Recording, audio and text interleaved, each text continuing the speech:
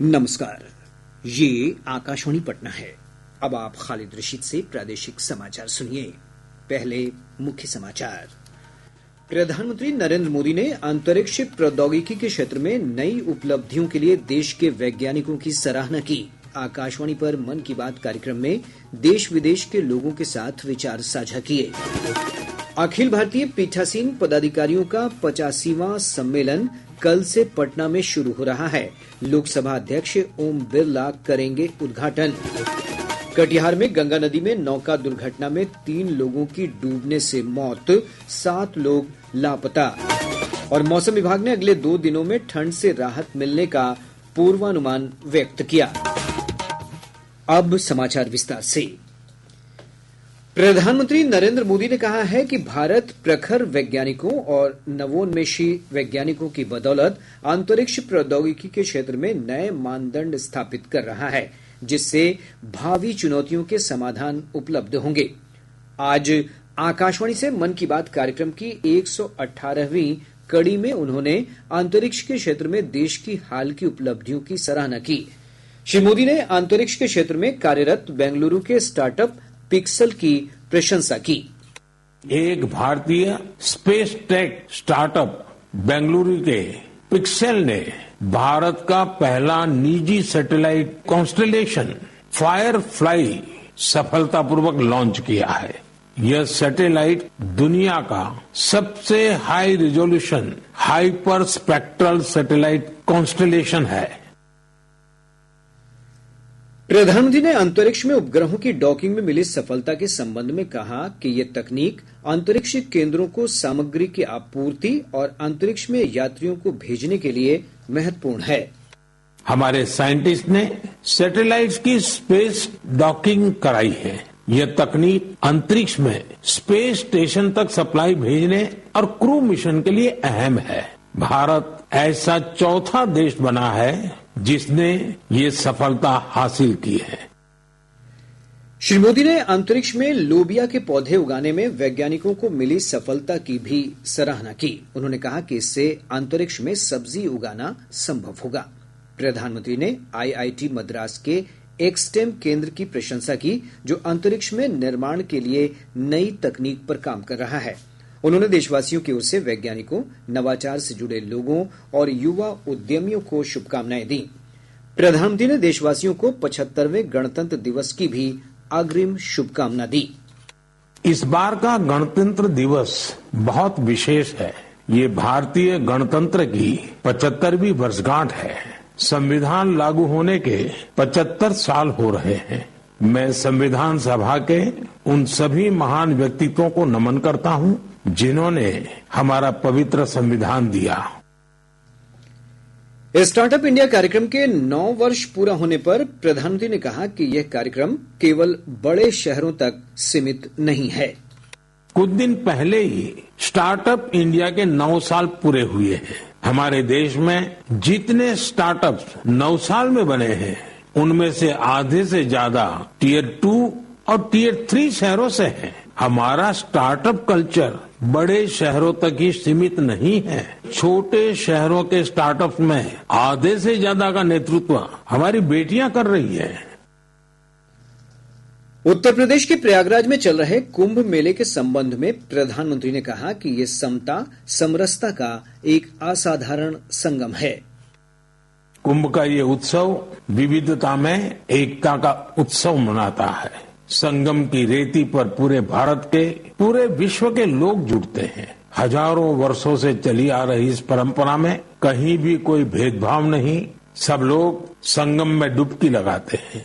तभी तो कुंभ एकता का महाकुंभ है। प्रधानमंत्री ने कहा कि जिस प्रकार प्रयागराज, उज्जैन, नासिक और हरिद्वार में कुंभ का आयोजन होता है, उसी प्रकार गोदावरी, कृष्णा, नर्मदा और कावेरी नदियों के तट पर पुष्करम का आयोजन होता है।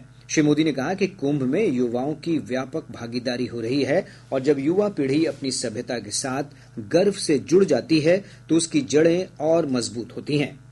उन्होंने कहा कि इस बार कुंभ में बड़े पैमाने पर डिजिटल तकनीक का उपयोग हो रहा है और कुंभ की ये वैश्विक लोकप्रियता हर भारतीय के लिए गर्व का विषय है। और अब खबरें महाकुंभ की।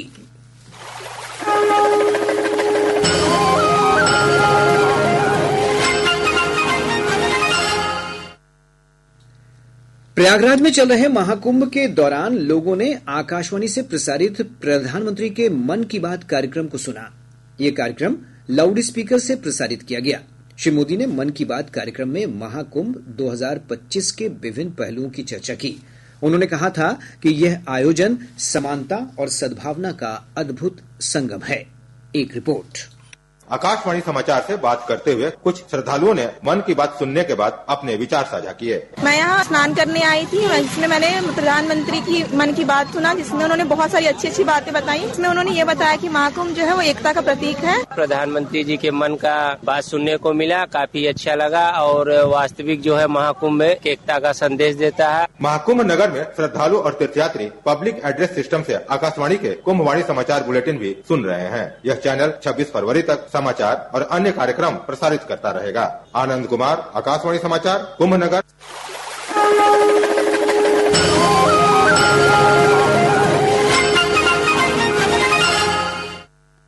प्रादेशिक समाचार आप आकाशवाणी पटना से सुन रहे हैं।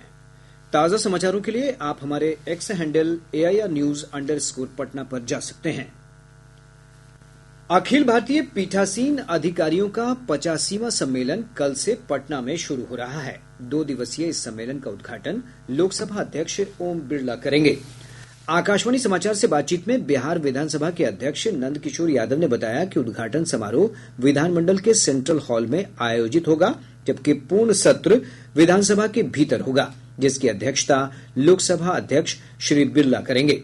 उन्होंने कहा कि देश भर से लगभग 300 प्रतिनिधि इसमें हिस्सा लेंगे। ये कुल मिलाकर के लगभग 300 के आसपास प्रतिनिधि इस सम्मेलन में भाग लेंगे।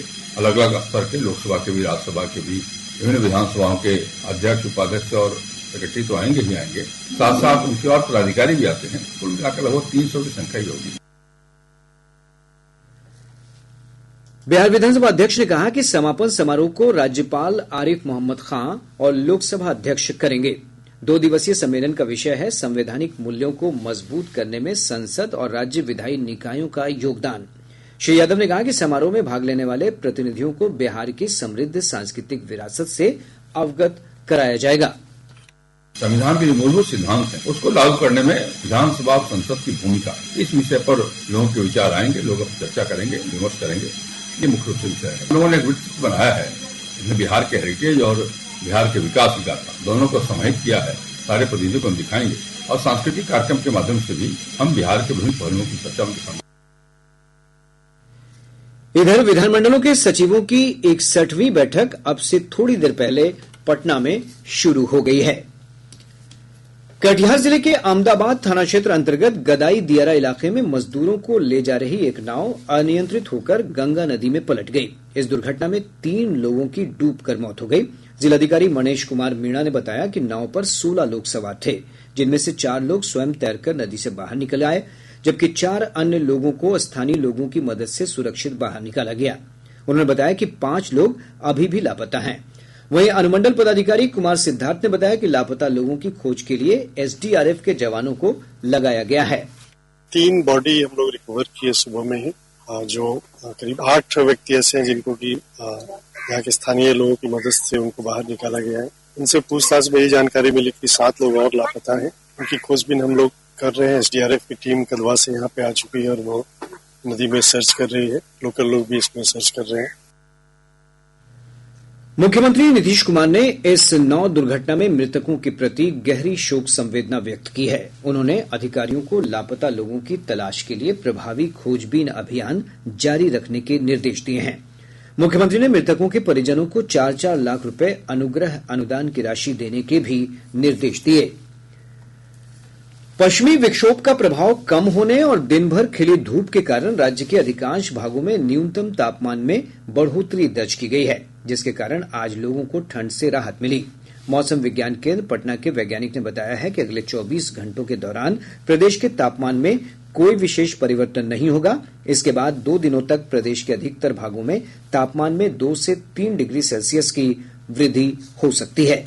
राज्य के हिमालय तराई वाले जिलों के 1 या 2 स्थानों में सुबह के समय घना कोहरा छाए रहने की पूर्वानुमान है, जबकि राज्य के शेष भागों के अधिकांश जिलों में सुबह के समय हल्के से मध्यम स्तर का कोहरा छाए रहने की संभावना है। अगले 24 घंटों के दौरान न्यूनतम तापमान में कोई विशेष परिवर्तन नहीं होने की पूर्वानुमान है। तत्पश्चात अगले 48 घंटों के दौरान 2 से 3 डिग्री की वृद्धि होने की संभावना है।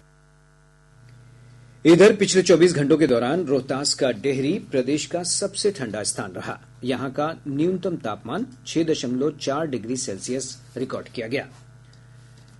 ठंड में कमी के मद्देनजर पटना जिले में 8वीं कक्षा तक के स्कूलों में पठन पाठन का कार्य कल से शुरू हो जाएगा।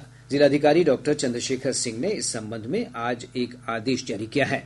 जिलाधिकारी ने ठंड की स्थिति में सुधार को देखते हुए स्कूलों को खोलने के आदेश दिए हैं। डॉक्टर सिंह ने कहा है कि अपराह्न 3:30 बजे के बाद सभी कक्षाओं के स्कूलों और शैक्षणिक संस्थानों के संचालन पर रोक रहेगी। इधर पश्चिम चंपारण जिले में जिलाधिकारी ने ठंड में बढ़ोतरी को देखते हुए कल से 22 जनवरी तक प्राथमिक और मध्य विद्यालयों को बंद करने के आदेश दिए हैं। सुपौल में राष्ट्रीय आपदा मोचन बल एनडीआरएफ का नवनिर्मित क्षेत्रीय प्रतिक्रिया केंद्र RRC आज से कार्य करने लगा है। केंद्रीय गृह मंत्री अमित शाह ने आंध्र प्रदेश के विजयवाड़ा से वीडियो कॉन्फ्रेंस के जरिए इस केंद्र का उद्घाटन किया। इस केंद्र के बन जाने से बाढ़ और अन्य आपदाओं के समय लोगों को त्वरित सहायता मिल सकेगी और जानमाल के नुकसान के जोखिम को भी कम किया जा सकेगा। मुख्यमंत्री नीतीश कुमार ने पटना के बहादुरपुर क्षेत्र में पूर्व मंत्री और त्रिपुरा के पूर्व राज्यपाल प्रोफेसर सिद्धेश्वर प्रसाद की प्रतिमा का अनावरण किया। मुख्यमंत्री ने राष्ट्रीय स्वाभिमान दिवस के अवसर पर पटना में आयोजित महाराणा प्रताप स्मृति समारोह में भी भाग लिया। इधर राजपूताना राज्य संघर्ष समिति की ओर से महाराणा प्रताप की पुण्यतिथि पर पटना के गर्दनी बाग में एक कार्यक्रम का आयोजन किया गया। बोधगया स्थित महाबोधि मंदिर में आज तीसरे लद्दाख जैमन मुनलम चेम्मो विशेष पूजा का आयोजन किया गया। इसके तहत ज्ञान स्थली पर लद्दाख की प्रमुख नदियों और सरोवरों के पवित्र जल तथा फूलों से अभिषेक किया गया। पूर्व विधायक रामेश्वर चौरसिया ने कहा है कि केंद्र की नरेंद्र मोदी सरकार रोहतास जिले में बाबा साहब अम्बेडकर से जुड़े 5 स्थलों को चिन्हित कर विकसित कर रही है। श्री चौरसिया ने सासाराम में संवाददाताओं से बातचीत में यह जानकारी दी। बिहार के chief post master general Anil Kumar ने नवादा जिले के ऐतिहासिक अपसड़ दरियापुर पार्वती शिक्षा केंद्र पर आधारित एक विशेष डाक कवर जारी किया। इस अवसर पर वारिसलीगंज की विधायक अरुणा देवी और अन्य गणमान्य लोग उपस्थित थे। पटना जिला के दानापुर अनुमंडल अंतर्गत रूपसपुर में पुलिस ने एटीएम से छेड़छाड़ कर लोगों के पैसे चुराने वाले गिरोह के 3 सदस्यों को गिरफ्तार कर लिया। एएसपी भानु प्रताप सिंह ने यह जानकारी दी है। और अब अंत में मुख्य समाचार एक बार फिर। प्रधानमंत्री नरेंद्र मोदी ने अंतरिक्ष प्रौद्योगिकी के क्षेत्र में नई उपलब्धियों के लिए देश के वैज्ञानिकों की सराहना की। आकाशवाणी पर मन की बात कार्यक्रम में देश विदेश के लोगों के साथ विचार साझा किए। अखिल भारतीय पीठासीन पदाधिकारियों का 85वां सम्मेलन कल से पटना में शुरू हो रहा है। लोकसभा अध्यक्ष ओम बिरला करेंगे उद्घाटन। कटिहार में गंगा नदी में नौका दुर्घटना में 3 लोगों की डूबने से मौत, 7 लोग लापता। और मौसम विभाग ने अगले 2 दिनों में ठंड से राहत मिलने का पूर्वानुमान व्यक्त किया। इसके साथ ही आकाशवाणी पटना से प्रसारित प्रादेशिक समाचार का ये अंक समाप्त हुआ।